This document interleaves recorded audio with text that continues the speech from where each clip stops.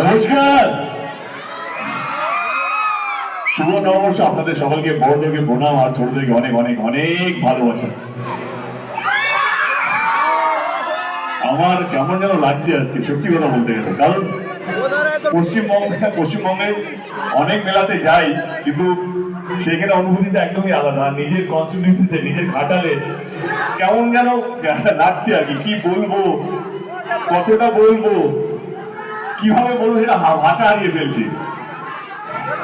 এটাই বলবো, গিয়ে বলতে চাই মন থেকে কে